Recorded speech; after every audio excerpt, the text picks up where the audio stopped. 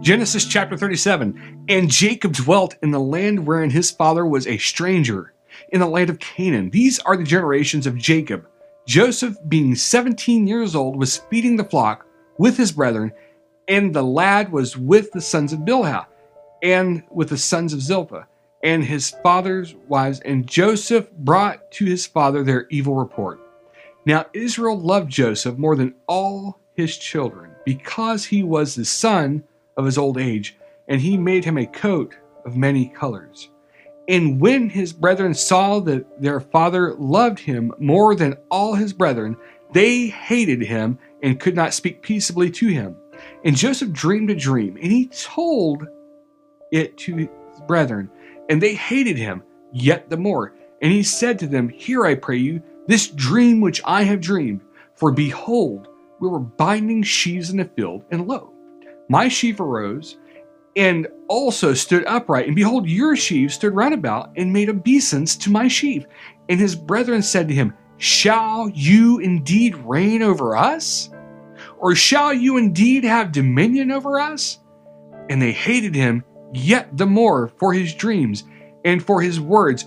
And he dreamed yet another dream, and told it his brethren, and said, Behold, I have dreamed a dream more, and behold, the sun of the moon and the 11 stars made obeisance to me. And he told it to his father and to his brethren, and his father rebuked him and said to him, What is this dream that you have dreamed? Shall I and your mother and your brethren indeed come to bow down ourselves to you at the earth? And his brethren envied him, but his father observed the saying.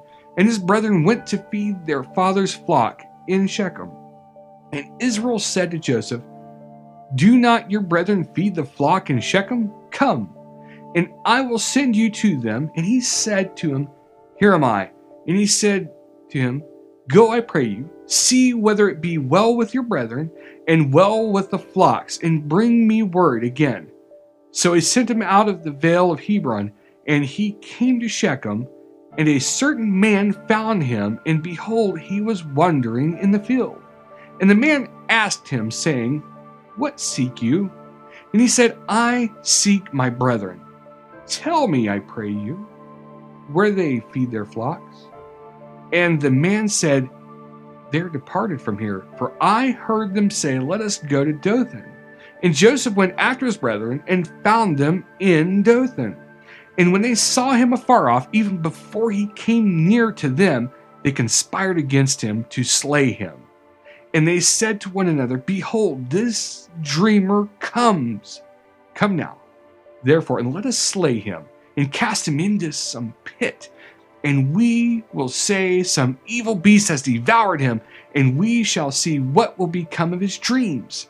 And Reuben heard it, and he delivered him out of their hands, and said, Let us not kill him. And Reuben said to them, Shed no blood, but cast him into this pit, that in the wilderness, and lay no hand upon him, that he might rid him out of their hands, to deliver them to his father again. And it came to pass, when Joseph was come to his brethren, that they stripped Joseph out of his coat of many colors that was on him, and they took him and cast him into a pit, and the pit was empty. There was no water in it. And they sat down to eat bread, and they lifted up their eyes and looked, and behold, a company of Ishmaelites came from Gilead, with their camels, bearing spices and balm and myrrh, going to carry it down to Egypt. And Judah said to his brethren, What profit is it if we slay our brother and conceal his blood? Come, and let us sell him to the Ishmaelites, and let not our hand be upon him, for he is our brother in our flesh. And his brethren were content. Then there passed by Midianites, merchantmen, and they drew and lifted up Joseph out of the pit, and sold Joseph to the Ishmaelites for 20 pieces of silver. And they brought Joseph into Egypt, and Reuben returned to the pit, and behold, Joseph was not in the pit. And he rent his clothes.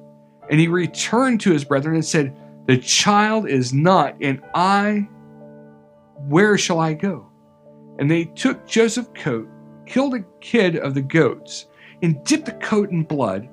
And they sent the coat of many colors, and there they brought it to their father and said, "This we found. Know now whether it be your son's coat or no." And he knew it and said, "It is my son's coat. An evil beast has devoured him. Joseph is, without doubt, rent in pieces." And Jacob rent his clothes and put on sackcloth upon his loins and mourned for his son many days. And all his sons and all his daughters rose up to comfort him, but he refused to be comforted. And he said, "For I will go down into the grave to my son mourning." Thus his father wept for him. And the Midianites sold him into Egypt to Potiphar, an officer of Pharaoh's and captain of the guard.